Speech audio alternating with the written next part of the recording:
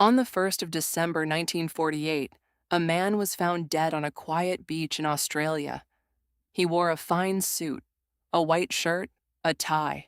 His shoes were clean and polished, like new. He looked peaceful, like a man who had simply sat down to watch the sea and never got up. But when the police searched his pockets, they found something strange. Every label on his clothes had been cut off. A label is the small tag that shows the maker's name. He had no wallet, no papers, no name. Nobody knew who he was. And here is the part that is hard to believe. Nobody would know his name for more than 70 years. This is a true story, and it turns on a tiny piece of paper hidden in a secret pocket. But we'll get to that.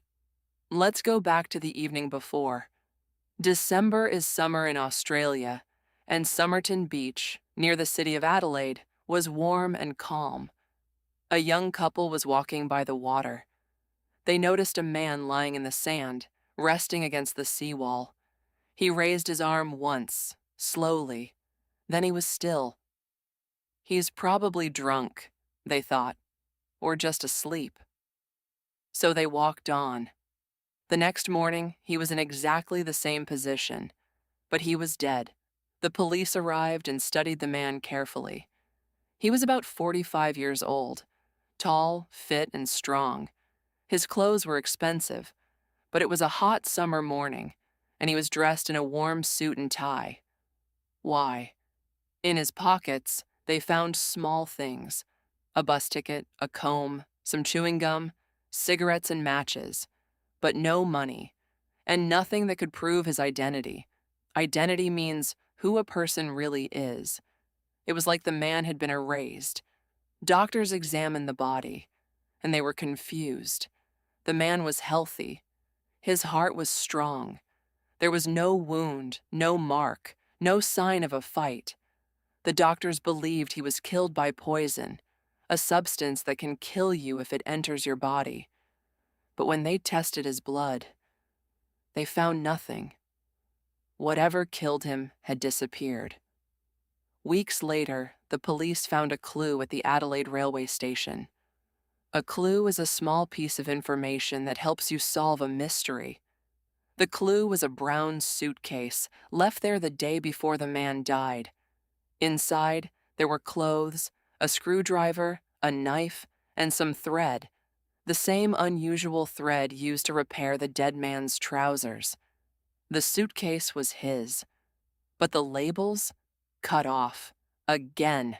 Someone did not want this man to be identified. Then, months later, came the discovery that made this case famous. A scientist examined the man's trousers one more time, and he found a small hidden pocket sewn inside the waistband.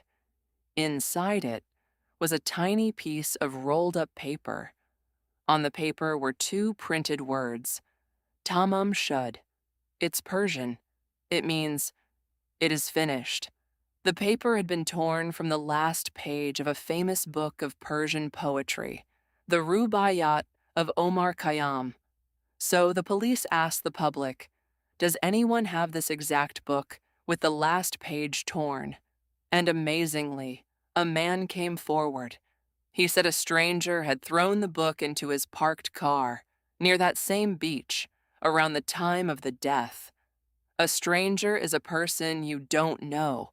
The torn page matched perfectly.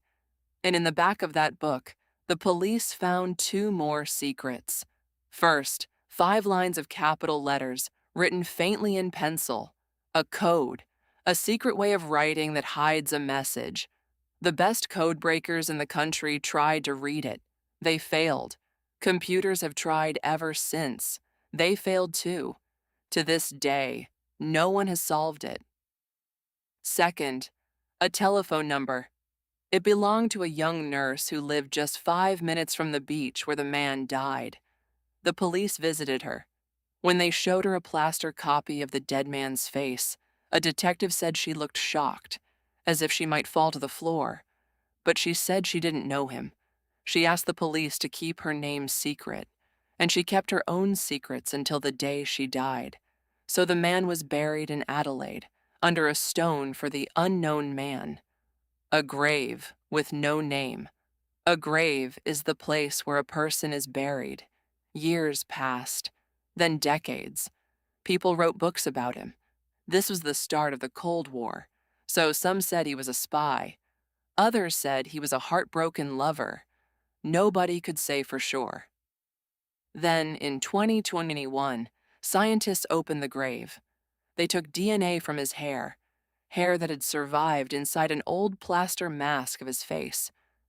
And in 2022, after 73 years, a professor and his team finally gave the man a name: Carl Webb, an electrical engineer from Melbourne, born in 1905. A quiet man who liked poetry, and whose marriage had ended. And here is one last detail. His wife had moved away, to South Australia, near Adelaide.